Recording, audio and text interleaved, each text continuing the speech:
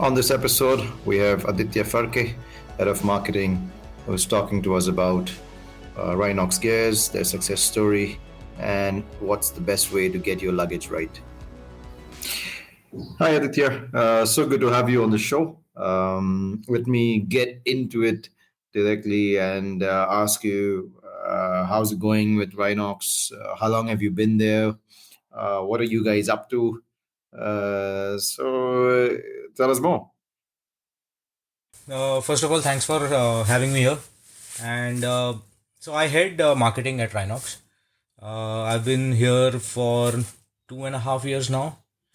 Um, Before Rynox, I was with Royal Enfield and I was leading the marketing function for their protective gear and motorcycle accessories business. So I was there for 2 years. And just before Royal Enfield, for about 3.5 years, I ran my own advertising, marketing slash You did agency. everything. Yeah, it was called Motonymous, Yeah. and at Motonymous we worked exclusively with motorcycling, adventure, and travel brands, and that's how I originally came in contact with Rynox. Because when Motonymous was starting out, was the same time that Rynox was starting out, about 7.5 years ago, and I pitched Motonymous to Rynox, and I worked with Rynox for about 2.5 years. So after I shut the doors on Motonymous, Rynox, the three main, I call them Trinity. Okay. Trinity. So the three partners of Rynox became very good friends. Okay. And But they've really worked hard to get. oh yeah. They've really. So I'm the oldest person at Rynox at is it? 37. Wow. Yeah, so I'm the oldest person at Rynox, and So not old though. 37 is not old yet. So- exactly. I mean, in terms of age, Yeah. but I mean, working with a young team yeah. is really invigorating, you know. So the three partners there, I think the oldest one is now 30 or 31, and the youngest one is about 27, 28. So really young, dynamic team that they have built, and now we try to keep it that way with every recruitment that we do. So these guys have really worked their asses off But to. is it fair to say that the luggage scene started off with Rynox in this country? No, I will not put it that way, because before Rynox there was Cramster, there was Get Off Your Ass. Yeah. I remember there was one more brand. I forget the name. DSG. Yeah. Yeah. So a few brands existed. Yeah. And then there were a few outfits importing luggage. But so when Rynox started, there was a large gap in the market. The market was not as crowded as it is today, and it was very difficult to find exactly the type of luggage that you one might want.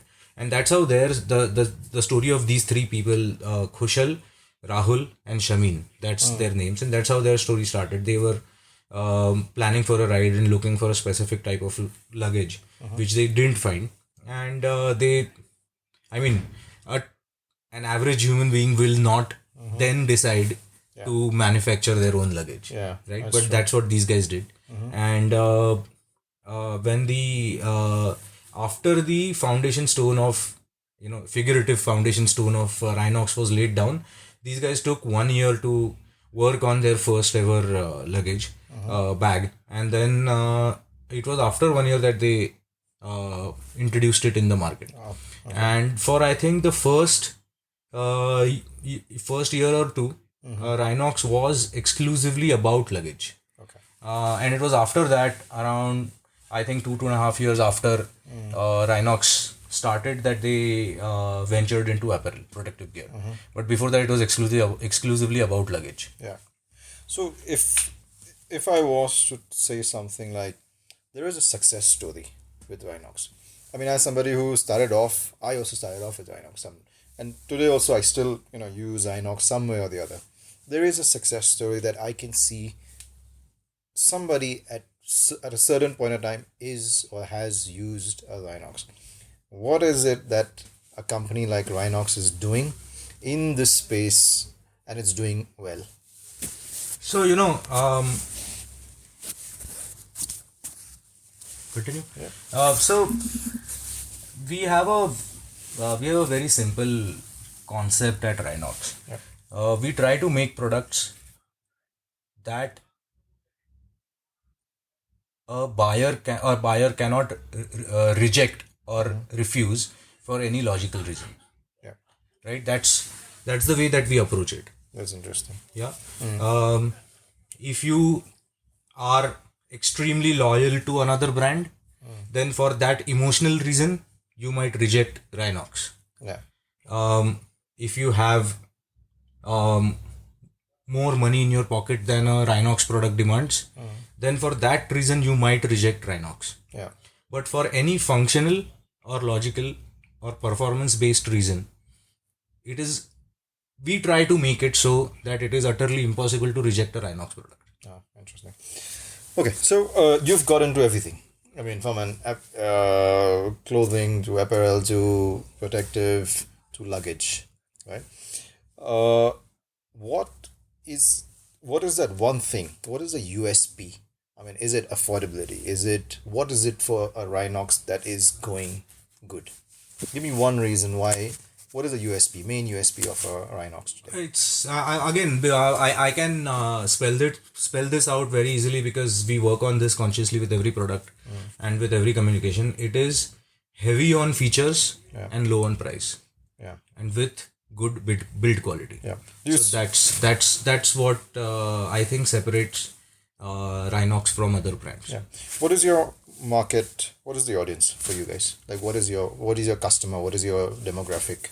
Is there a demographic today for your products? See, without getting into too much technicalities, I will say that anyone on two wheels, that wants to go farther than their daily office commute, is our target group. Okay. Right, if you want to go that much farther, like let's say for example an average daily commute on a motorcycle in Mumbai, in a city like Mumbai, will be, let's say, anywhere between 15 to 20 kilometers. Yeah. So in a week you will end up covering about 150 kilometers. Yeah. Right, but come Saturday morning, if you want to if you're one of those guys that is not tired of traveling daily on the motorcycle but wants to go up to Lonavala, for example, right? Then that's our entry into the customer's life. Yeah. That's how we look at it. Anybody that wants to go that extra mile on their motorcycle is our potential customer. Okay. And going one step further. See, statistically speaking, I will not say most of, but accidents do occur even in your daily commute. Right? So we are slowly trying to eke out a niche where we want every customer every motorcyclist to wear some sort of protection on their daily commutes. Yeah. Right. So our vision, if you want to put it that way, is protection from tip to toe. Okay. That's where we want to be in the next, let's say, 5 years. Sure, that sounds good. So let's get to a very general question. Product development is a very interesting thing. I mean, we stock and we import some of the best premium brands, but we see product developments happening every 2 years, a division of something.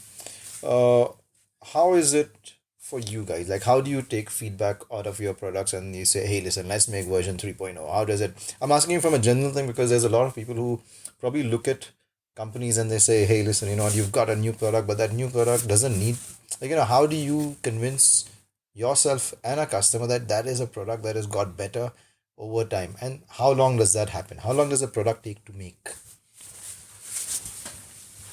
I mean, there is no set number of months or number of years that it takes to make a product. I mean, it ranges, so like for example, when we made so if you notice, then in the protective gear apparel line, we have evolving numerics at the end of each of our products. So like right now, currently on the shelf is Stealth Evo 3 jacket and Stealth Evo 1 pants, right? So which means that the jacket has gone through 3 milestone stages of evolution or development.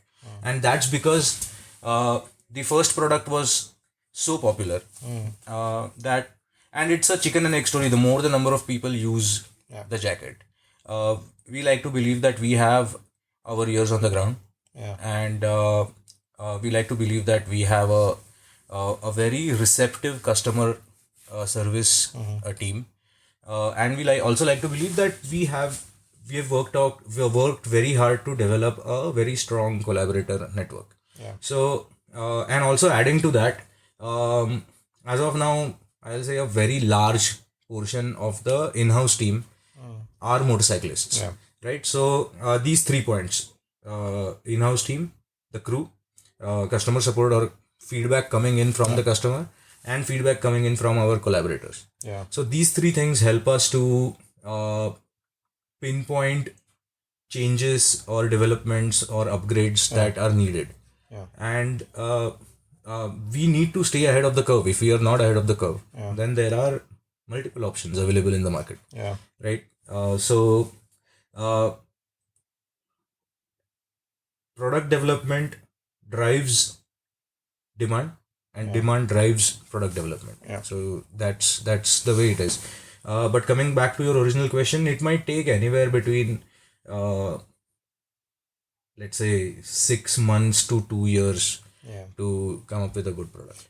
So I personally believe it's a very finicky customer and market out there for luggage, especially luggage.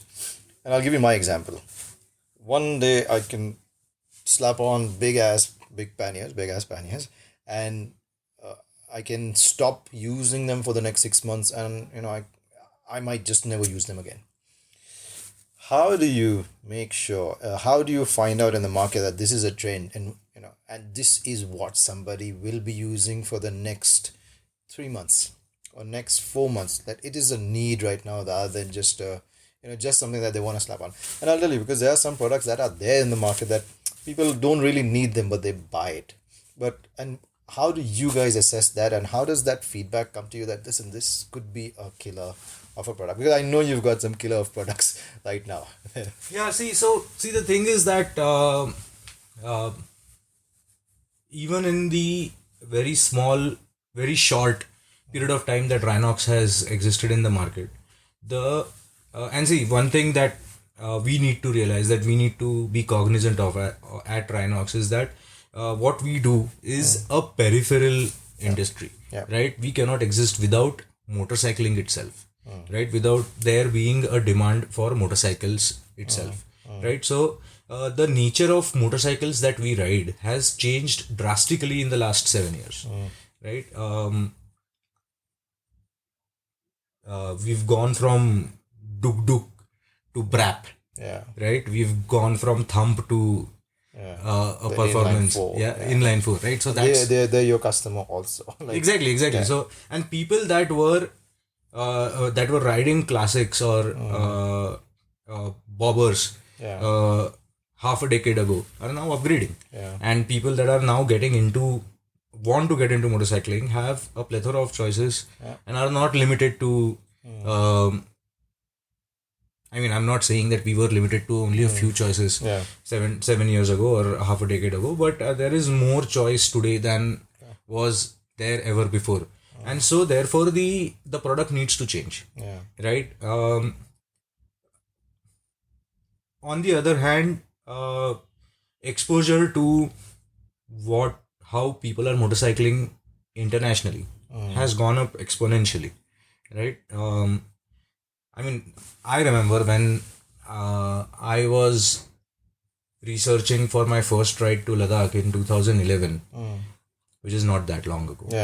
But that is when I got into motorcycling in 2009.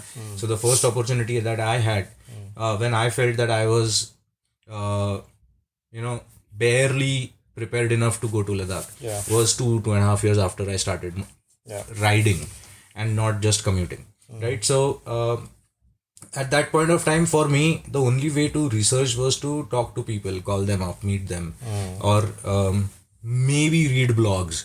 There were YouTube videos, but they were not, I mean, it was slim pickings, right? But today that's not the case. So today, even a new rider is aware of more form factors of luggage, of more types of luggage than the customer was 7 years ago. So therefore, if any manufacturer, not just Rynox, doesn't try with every ounce of energy in their body to stay ahead of the curve, then they'll fall behind. And therefore we need to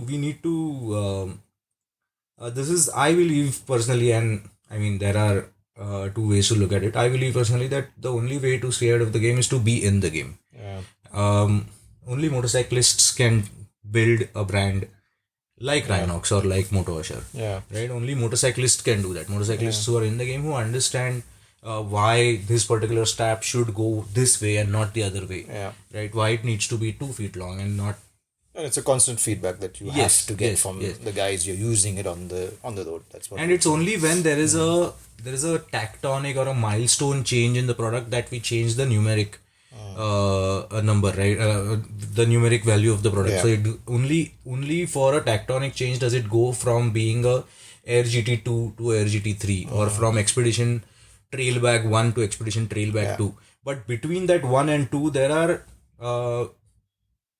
minuscule incremental changes that are happening with every production batch, and that's a requirement of the game. If we find out that a particular feature needs to be in that bag, and it is essential to the customer, that the type of customer that's going to use that bag, then we need to give it, if it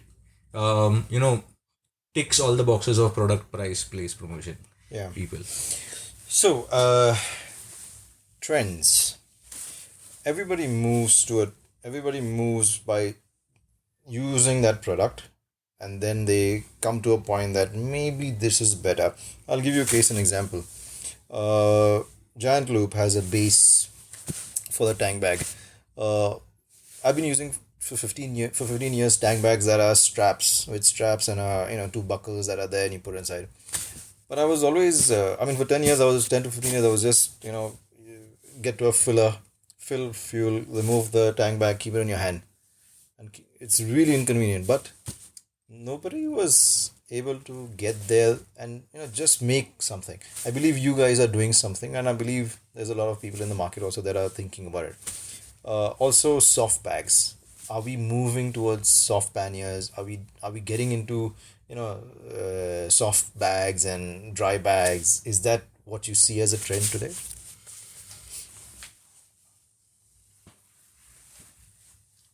See, I think it's a spectrum of need versus want, and in somewhere in between need versus, or I will not say need versus want. A better way to put it will be need versus desire. Okay, and somewhere between that spectrum sits utility, convenience, comfort, performance, and it's never the same for two people.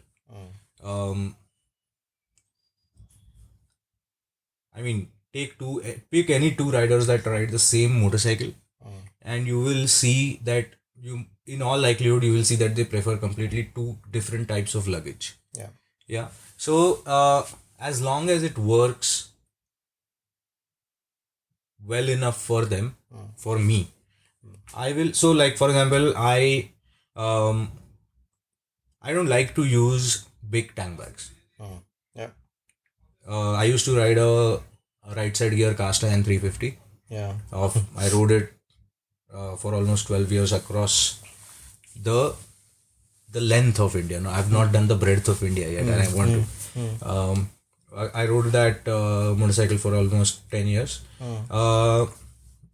Since then, and now I ride a Himalayan, and I have access to a 390 Adventure because my wife rides a 390 Adventure. But whenever I ride any of these 3 motorcycles, whether it is for a short weekend ride, a breakfast run, or a 30-day expedition across, to the mountains in the north, I don't like to use a big tank bag. Yeah.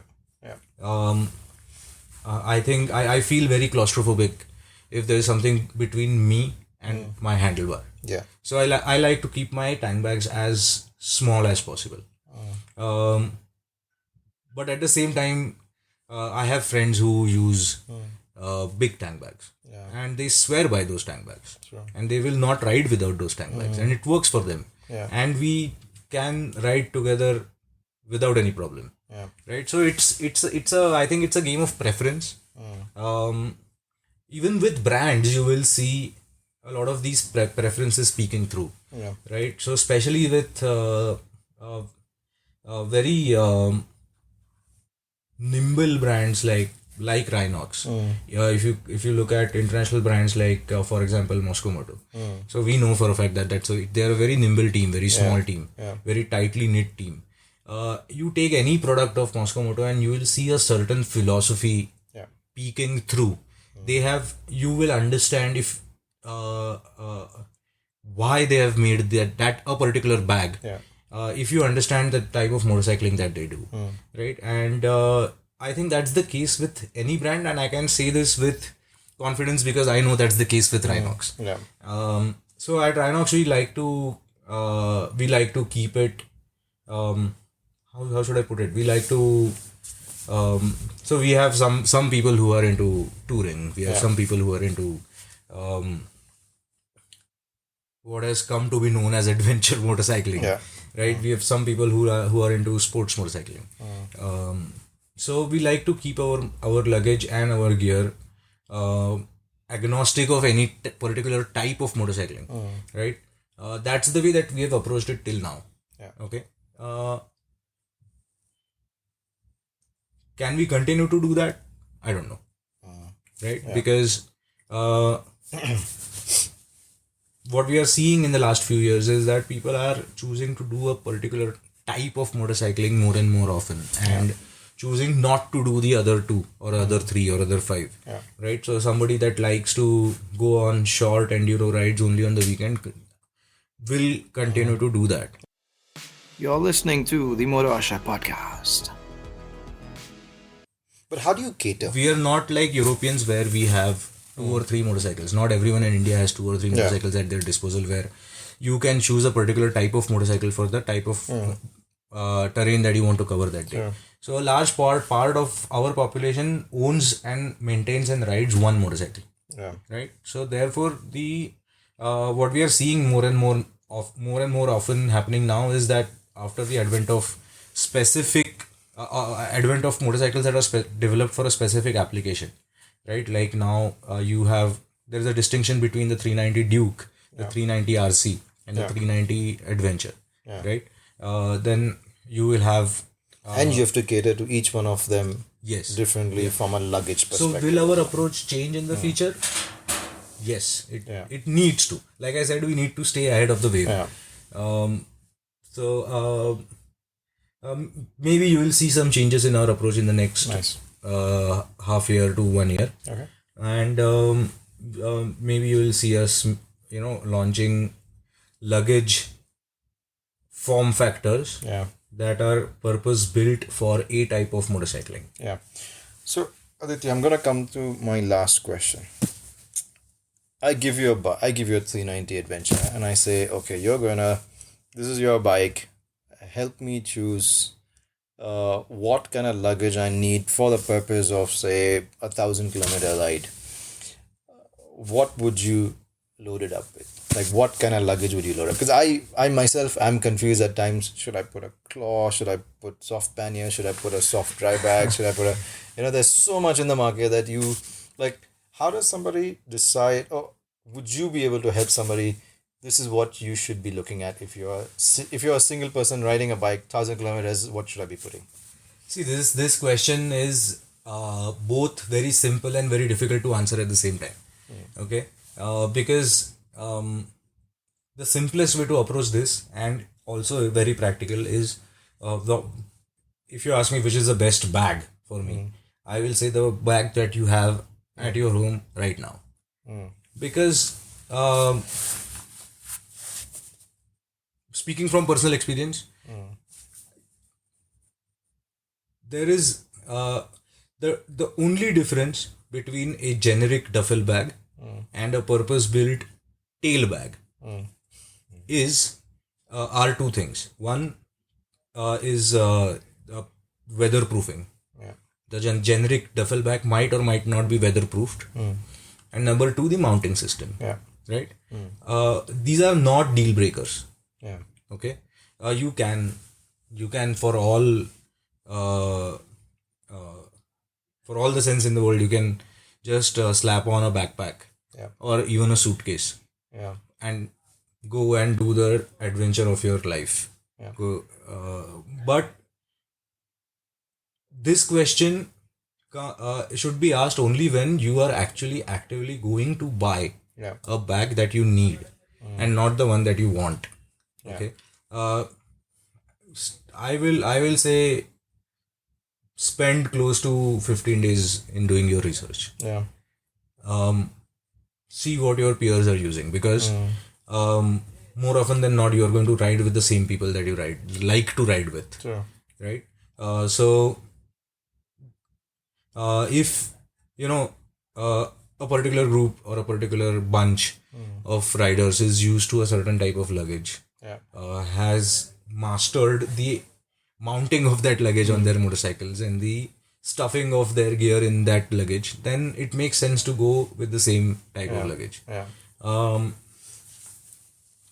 Any good bag that you will buy will last you anywhere between 5 to 10 years. Right? So you are investing in cargo space that is going to last you for 10 years. Right? Or 5 years.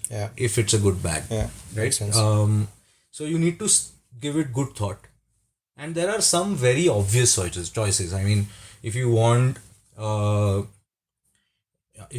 space to put some things on top of your tank, then you need to go for a tank bag. Right? And so the quick access. The easiest, the quick access items, right? And the best way to do this would be to just lay out whatever you think that you want to put in that tank bag, right? Put that in a backpack or whatever, a plastic bag, and take it to a dealership. Closest to you. Try to fit it in everywhere. Try to fit it in 5 different tank bags. Nice. The most sensible way, how I approach it when I start a ride is, I want my tank bag to be full to approximately 75% of its cargo capacity. Because I might pick up a few things on the ride. I might need to put some 2-3 liters of water in the tank bag. Right? So if you are jam packing your luggage before you leave your home, you don't have any extra cargo space. Right? That's why we have expandable features in most of our saddlebags and tail bags and tank bags at Rynox. So that's another way to approach it. Pack it only to its 75% capacity. Right? Then there are also factors of consideration where you need to see which type of motorcycle you have. Right? Because there are certain bags which will fit only a particular type of motorcycle. So at Rynox we have 2 types of saddlebags. One is the type which is custom made for motorcycles that have a horizontal silencer. Right? And another is custom made for motorcycles that have an upswept silencer. You can't use one with the other, and you shouldn't, because then you will end up cooking the stuff that you've put inside. So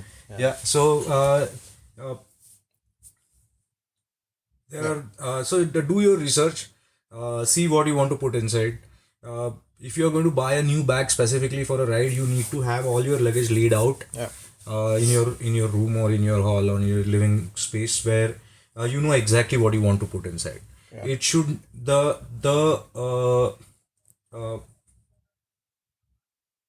buying a bag and then deciding what to put inside is not the way to do it.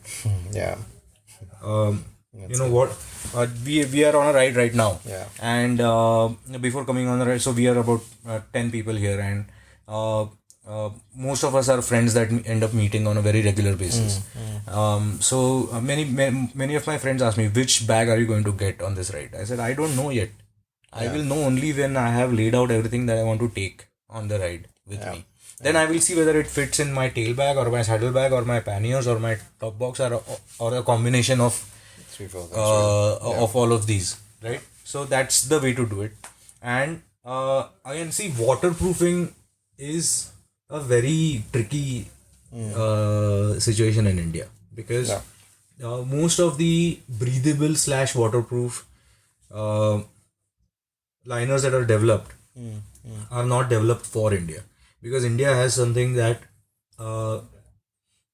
Europe and America does not have, which is humidity and moisture. And when you introduce that to the equation, waterproofing is a very difficult problem to solve. But it's slightly easier for luggage because luggage does not generate humidity like your body does, right? So the way that I personally approach it is, I live in Mumbai, where it rains for 3 to 4 months of the year. So I need my luggage to be waterproof for only those 3 or 4 months of the year if I'm riding locally. If I'm riding, across the country, then again I need my luggage to be waterproof. But though the instances where I need my luggage to be waterproof are very rare and not as frequent as I would imagine before buying the bag. So therefore I like modularity. I like to keep my luggage and the waterproofing separate. I use dry bags with my non-waterproof luggage instead of buying waterproof luggage. Which means that I'm not tiring out my waterproof luggage in dry months by unrolling the roll top and rolling it again thousands of times, so that by the time the next monsoon arrives, it's not waterproof anymore. Right? I don't like doing that. I learned it the hard way. So I prefer dry bags. So there's a life to it. That's what you're saying. There's a I life mean, to every dry bags. material has a service life. Right? And like I said, unfortunately, we have to deal with humidity. We have to deal with more dust, road grime, grease than the countries in which these waterproof liners are developed. I prefer to limit the use of waterproof dry bags or waterproof liners to only for only those days where I need it to my luggage to be waterproof. Otherwise, I don't use it. Right? That's why I prefer not to use luggage. Personally speaking, I prefer not to use luggage which is statically waterproof, which means that I can't make it unwaterproof. So that's how I like to do it. Nice. So ask a lot of these questions to, coming back to your original question, ask a lot of these questions to the people that have ridden slightly more than you have, or have at least used luggage more than you have, more often than you have. See what they like, see what they don't like. Ask those questions to yourself. Are you of the same opinion that they are of? And then decide to buy what you want to buy, because once you buy it, you have to live with it. And then there are advantages and disadvantages, generally speaking, for two broad types of luggage: hard luggage versus soft luggage. Okay, so hard luggage can be very easily locked. Hard luggage is generally better for your sensitive gadgets. Right? If you have a top box which has inside which has a shock absorbing foam, and in that if you can keep. So, but also the pricing of most of these bags is generally speaking very prohibitive for an average person. So an average rider. So unless you can afford it, if you can afford it, afford to buy it and afford to use it and afford to live with it, then go for it. So you're saying, but you don't need it. Have a hard and a soft if you can afford it. That's what you're saying. Or you're saying do either. That's I mean, there are workarounds. You can use a camera insert bag, a padded camera insert bag inside your saddle bag or inside your tank bag, instead of buying a hard luggage top box for your camera. Right? You can buy one of those steel core straps with which you can lock your soft bags. instead of buying hard luggage just because you want your luggage to be lockable.